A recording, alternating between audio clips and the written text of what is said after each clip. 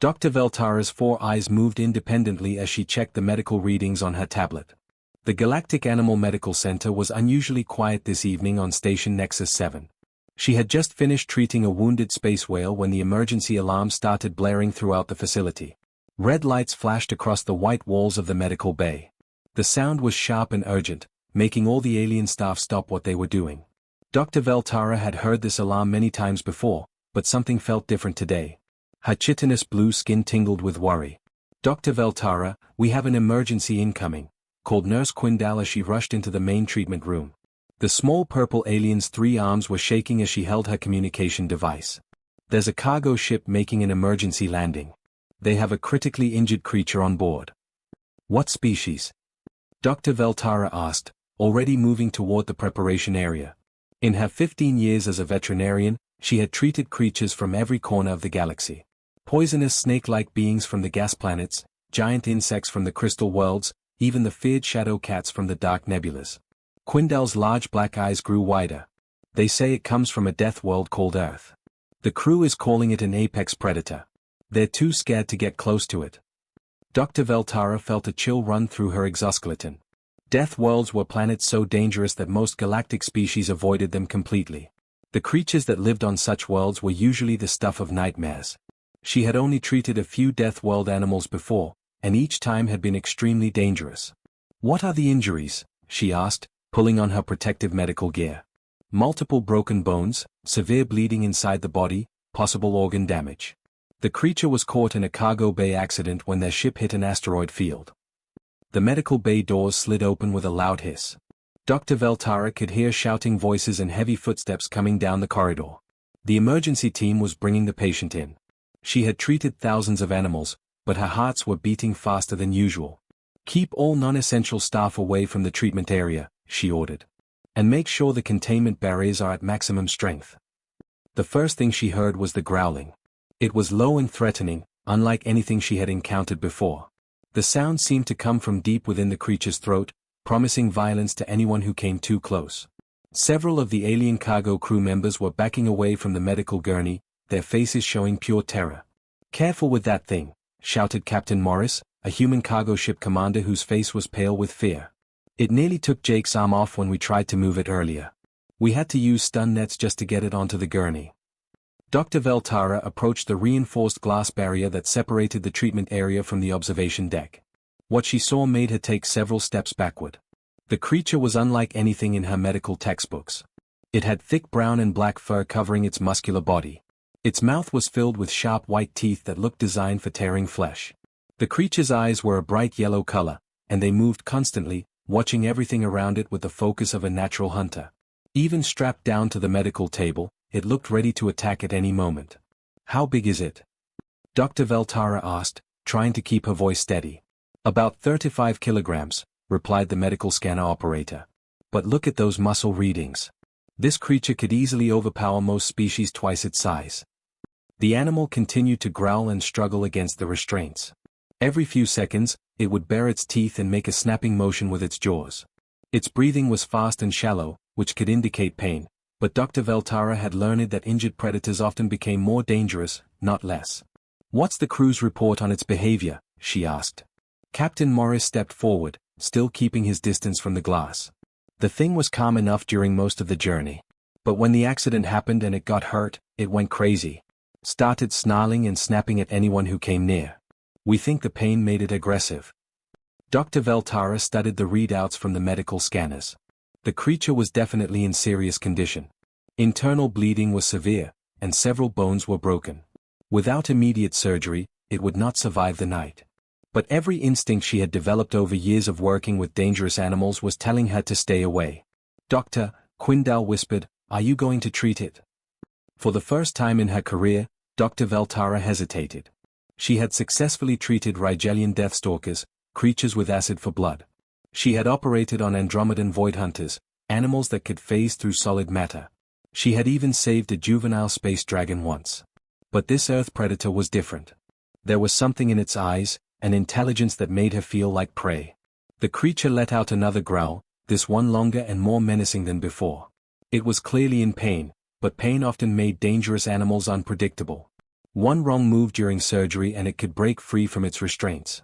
The medical bay was not designed to contain an aggressive apex predator. "I'm sorry," Dr. Veltara announced to the room, her voice carrying across the medical bay. "I cannot treat this patient. The risk is too great for my staff and for the other patients in our care. This creature needs to be contained until it can be transported to a military facility equipped for dangerous animals." The silence that followed was complete.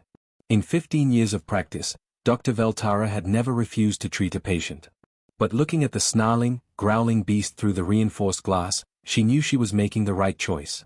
The apex predator from Earth was simply too dangerous. The cargo ship's loading ramp lowered with a mechanical hiss, revealing a small figure walking down into the bright lights of the station docking bay. Dr. Emily Watson stepped onto the metal platform, her worn leather medical bag slung over her shoulder. She was much smaller than most of the alien species bustling around the busy spaceport, but she moved with quiet confidence. Her brown hair was pulled back in a simple ponytail, and her clothes were practical rather than fancy. To the various aliens watching her disembark, she looked fragile and unremarkable.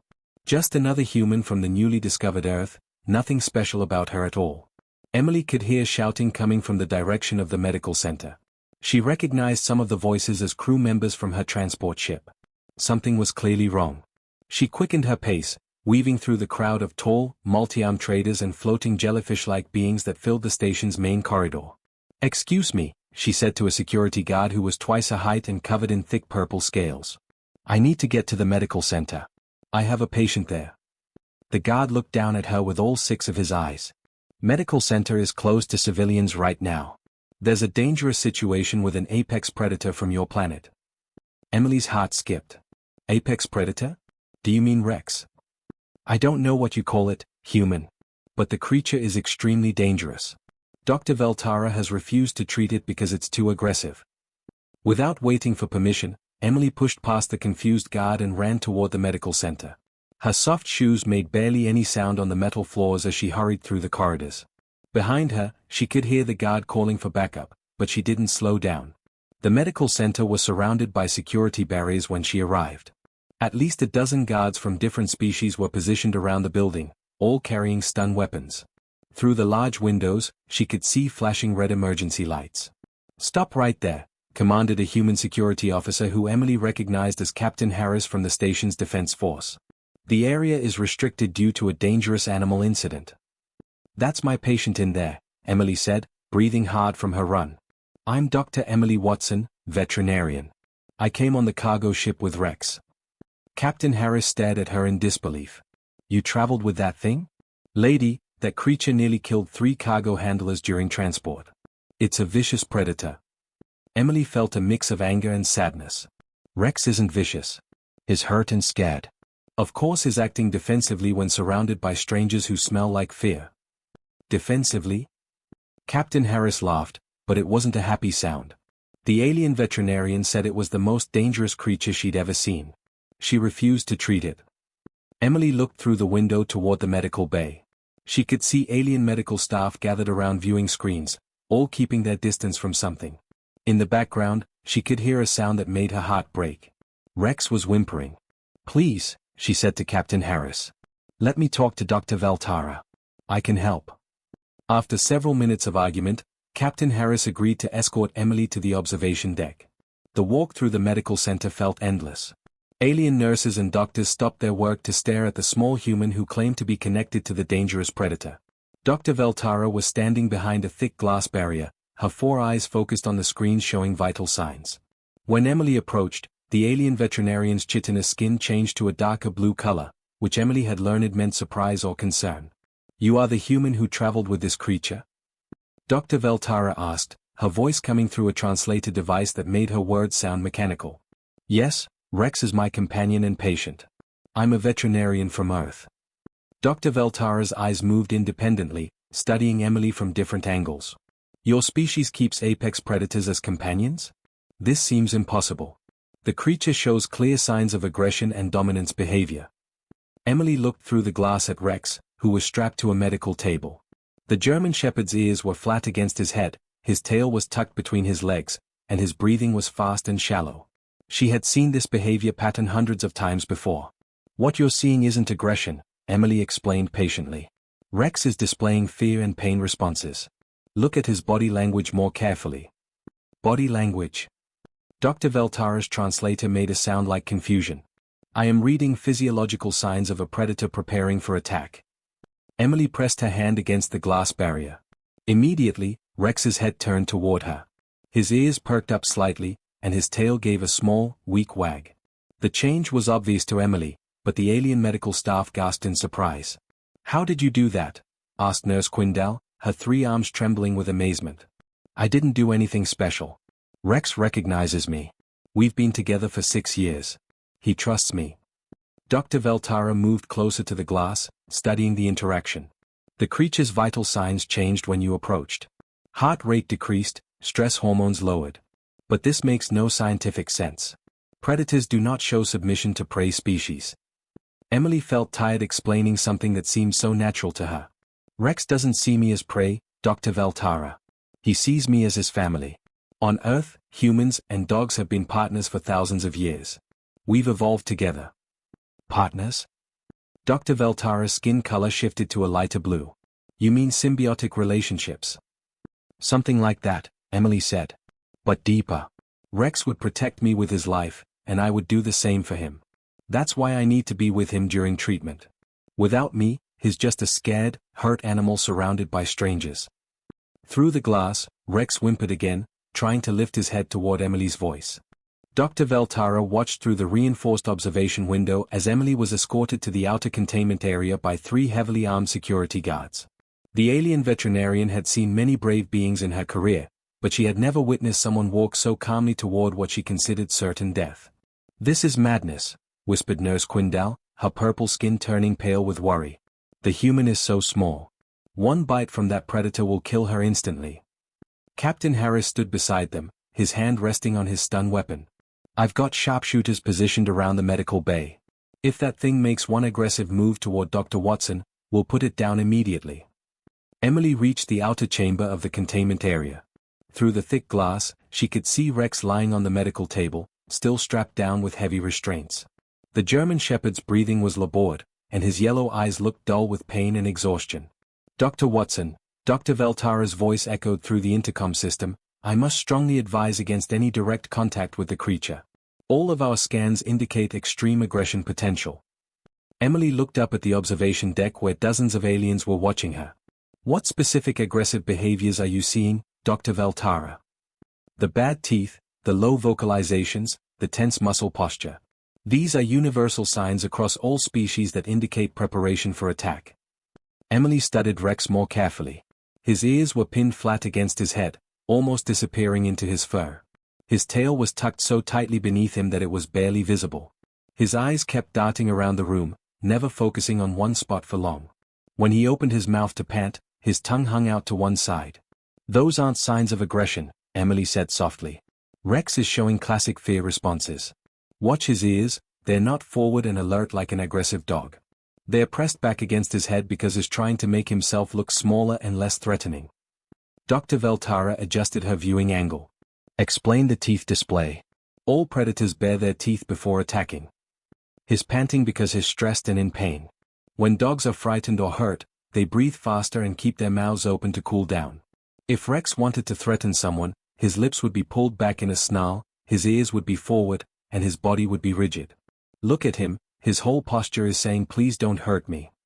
The alien medical staff exchanged confused looks. Everything Emily was describing went against their understanding of predator behavior. In their experience, injured dangerous animals became more aggressive, not submissive. The tail position, Emily continued, is the biggest indicator. A confident or aggressive dog carries its tail high or straight out. Rex has his tail tucked under his body because he's scared. Nurse Quindal leaned closer to the glass. But the vocalizations, those threatening growls. What growls? Emily asked. I hear whimpering and heavy breathing. Rex hasn't growled once since I arrived. Dr. Veltara realized that Emily was right. The sounds coming from the creature had changed completely when the human arrived. The low, menacing noises that had frightened everyone earlier were gone, replaced by soft whining sounds. May I enter the containment area? Emily asked. Rex needs to know that someone he trusts is here. Captain Harris immediately stepped forward. Absolutely not. That creature could kill you in seconds. Rex has never hurt anyone in his entire life, Emily replied calmly. He's been around children, elderly people, other animals. He's what we call a therapy dog. He's trained to comfort people who are stressed or afraid. Therapy. Dr. Veltara's translator struggled with the concept. You use predators for medical treatment. Not medical treatment exactly, but emotional support. Rex can sense when someone is upset or scared, and he naturally tries to comfort them. It's part of his breeding and training. The medical team watched in amazement as Emily pressed her palm against the glass barrier. Rex immediately lifted his head as much as the restraints would allow. His tail, which had been hidden beneath him, emerged and began a slow, weak wag. Impossible, breathed Dr. Veltara. The creature's entire physiological response is changing. The monitoring equipment showed Rex's heart rate dropping from dangerously high levels to something much more normal. His breathing became slower and deeper. The tension in his muscles visibly relaxed. This is how Rex looks when he's happy, Emily explained. See how his ears are starting to perk up? And his tail is wagging? If he wasn't strapped down, he'd probably try to lick my face. Lick your face? Captain Harris looked horrified.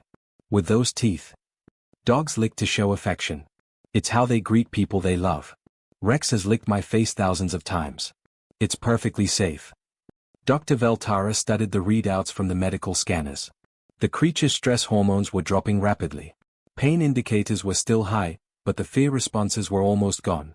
She had never seen such a dramatic behavioral change in any patient. Your species has domesticated apex predators, she said, more to herself than to Emily. You've somehow convinced them to see you as pack members instead of prey. Not convinced, Emily corrected gently. We've bred them over many generations to be companions. Rex's ancestors were wolves, but thousands of years of selective breeding have enhanced his loyalty and gentleness while reducing his hunting instincts. Rex made a soft whining sound and tried to stretch his head toward Emily's voice. The sound was completely different from the threatening growls that had terrified everyone earlier. It was the sound of a pet calling for his beloved owner. He wants me to come closer, Emily said. He's asking for comfort, not preparing to attack. Rex knows he's hurt, and he's looking to me for help. Dr. Veltara stared at the scene before her, her understanding of predator behavior completely challenged by what she was witnessing. Dr. Veltara stood frozen at the entrance to the treatment room, her surgical instruments trembling in her multiple appendages. Despite everything she had witnessed through the glass, every instinct screamed at her not to enter a room with an active apex predator. Her blue chitinous skin had darkened to almost black with fear.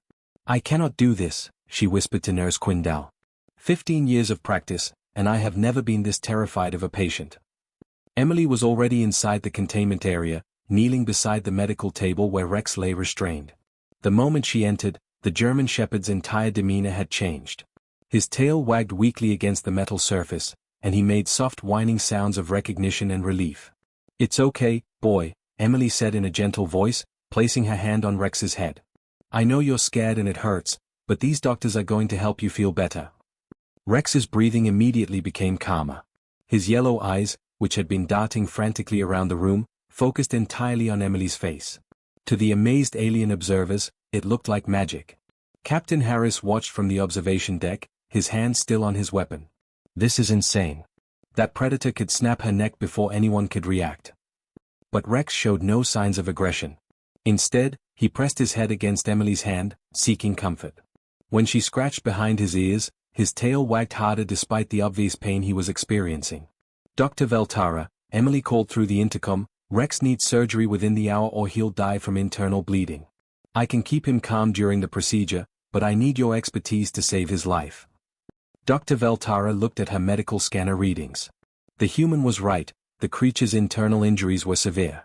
Without immediate surgery, it would not survive the night. But operating on a conscious apex predator seemed like suicide. The anesthesia might not work properly on an unknown species, Dr. Veltara said, trying to find reasons to avoid the procedure. If it wakes up during surgery. Rex has been under anesthesia many times on Earth, Emily replied. I can guide you through the proper dosage based on his weight and medical history. He's actually a very good patient, much calmer than most dogs during medical procedures. Nurse Quindal stepped forward. Doctor, if the human can really control the creature's behavior, perhaps we should try. Dr. Veltara watched as Emily continued to stroke Rex's fur. The predator's vital signs remained stable, and he seemed completely relaxed despite being surrounded by strange aliens and unfamiliar smells. It defied everything she knew about animal behavior. "Explain to me how this is possible," Dr. Veltara said as she slowly approached the treatment table. "How does your species form bonds with natural predators?" Emily looked up from Rex, her hand still resting on his head. "Dogs aren't really natural predators anymore, Dr. Veltara. They're domesticated companions. Rex's breed was specifically developed to work alongside humans. They're bred for loyalty, intelligence, and gentleness. But the teeth, the powerful jaws. Yes, Rex has strong jaws and sharp teeth. But he's been trained since he was a puppy to use them only on toys and food, never on people. Watch this." Emily held up her hand and placed her fingers near Rex's mouth. The alien medical staff gasped in horror, expecting to see her lose her hand. Instead, Rex very gently licked her fingers with his tongue, being careful not to even graze her skin with his teeth. "This is called bite inhibition," Emily explained. "All well-trained dogs learn to control the pressure of their bite. Rex could easily bite through bone, but he chooses not to because he's been taught that human skin is fragile and precious." Dr. Veltara moved closer, still keeping her surgical instruments ready but no longer trembling quite so violently. "Your species has somehow convinced apex predators to see you as family rather than prey. Not just family, pack leaders. Dogs are descended from wolves, which are social animals that live in groups. Rex sees me as his pack leader, which means he trusts my judgment completely. If I tell him the surgery is necessary, he'll accept it." As if to demonstrate, Emily spoke to Rex in a calm, authoritative voice. "Stay, Rex. Good boy. These doctors are friends." Rex immediately settled into a more relaxed position, his eyes still focused on Emily but his body language showing complete submission to her authority. Dr. Veltara began her examination, starting with non-invasive scans. To her amazement, Rex remained perfectly still, even when she used unfamiliar alien medical equipment that made strange buzzing sounds. The only time he showed any concern was when Emily stepped away to wash her hands. Immediately his ears perked up and he whined softly until she returned. "The bond between you is remarkable," Dr. Veltara admitted as she prepared the anesthesia. "But I still do not understand how evolution would favor predators that protect prey species." "It's not about evolution anymore," Emily said, helping to position Rex for the foreline. "It's about selective breeding and mutual benefit. Humans provided food, shelter, and medical care to dogs. In return, dogs provided companionship, protection, and assistance with various tasks. Over thousands of years, both species changed to work better together." Dr. Veltara administered the anesthesia, watching Rex's vital signs carefully. As the medication took effect, the German Shepherd's eyes grew heavy. Even while losing consciousness, he kept trying to look at Emily. "Sleep well, boy," Emily whispered, stroking his fur. "When you wake up, you'll feel much better." As Rex finally succumbed to the anesthesia, Dr. Veltara realized she was witnessing something unprecedented in galactic medicine, a perfect partnership between two species that had evolved beyond their natural predator-prey relationship into something entirely new. The surgery could now begin. 3 days after the successful surgery, Rex walked slowly down the main corridor of Station Nexus 7, his tail wagging gently as curious aliens watched from what they still considered a safe distance. A colorful bandage wrapped around his chest showed where Dr. Veltara had repaired his internal injuries, but his eyes were bright and alert again. Emily walked beside him, holding a simple rope leash that seemed more like decoration than restraint. Rex stayed close to her side without any pulling or struggle, occasionally looking up at her face as if checking that she was still there. "I still cannot believe what I am seeing," Dr. Veltara said, walking on Emily's other side. Her blue skin had returned to its normal color, though her 4 eyes continued to study Rex with fascination. "3 days ago, I was convinced this creature would kill anyone who came near it." A group of young aliens from the station school approached carefully, their teacher keeping them at what she thought was a safe distance. Rex noticed them immediately, his ears perking up with interest. Emily smiled and knelt down beside him. "Would you like to meet some new friends?" she asked Rex softly. The German Shepherd's tail wagged harder, and he made a gentle whining sound that Dr. Veltara now recognized as excitement rather than aggression. "Is it safe?" asked the teacher, a tall green creature with tentacles instead of arms. "Rex loves children," Emily replied.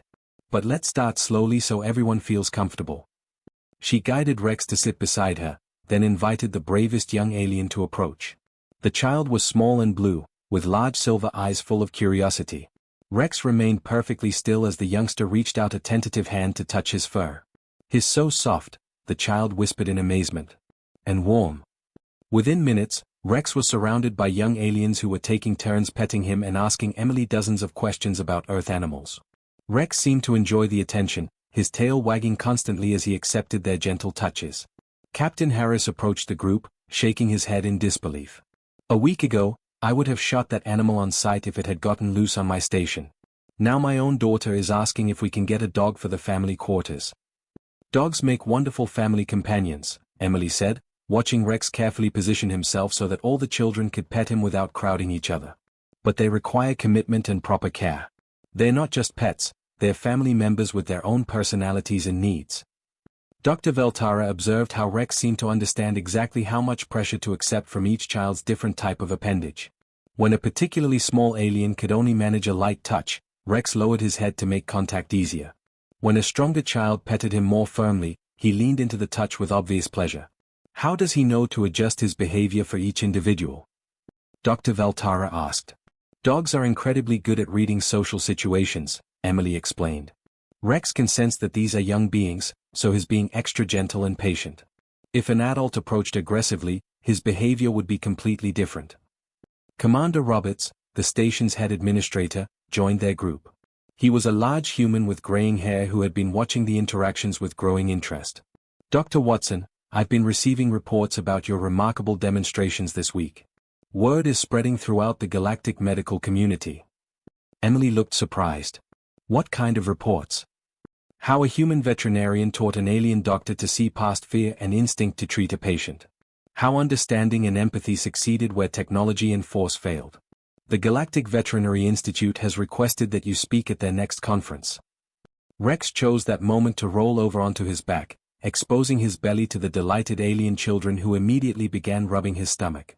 The sight of the former apex predator being completely vulnerable and trusting drew gasps of amazement from passing aliens. "This behavior makes no evolutionary sense," Dr. Veltara muttered, but she was smiling as she said it. "Predators do not expose their vulnerable areas to potential threats." "Rex doesn't see threats here," Emily said simply. "He sees friends. That's what domestication has given us. Animals who can look beyond their instincts to form genuine relationships with other species." Dr. Veltara knelt down carefully and, for the first time, reached out to pet Rex herself. The German Shepherd immediately shifted position to make it easier for her, his tail wagging as her strange chitinous fingers scratched behind his ears. "I have been a veterinarian for 15 years, Dr. Veltara said softly. "I thought I understood animal behavior. But Rex has taught me that understanding requires more than just scientific knowledge. It requires the ability to see each patient as an individual, not just as a member of a species." Commander Roberts nodded approvingly. "Dr. Watson, I would like to offer you a position here on the station. We could establish the galaxy's first interspecies veterinary program. You could teach other medical professionals what you've shown Dr. Veltara." Emily looked down at Rex, who was still surrounded by his new alien friends. The German Shepherd seemed perfectly content, his pain forgotten in the joy of making new companions.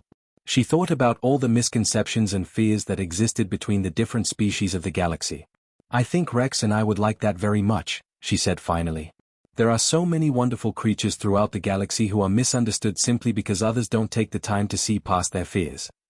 As the sun set through the station's massive viewing windows, Rex continued playing with the alien children while their parents watched in wonder. What had started as a medical emergency had become something much more important, a bridge between species built on understanding rather than fear. Dr. Veltara smiled as she watched Rex gently lick the face of a giggling alien child. Sometimes, she realized, the most dangerous assumptions were the ones made without looking deeper than the surface.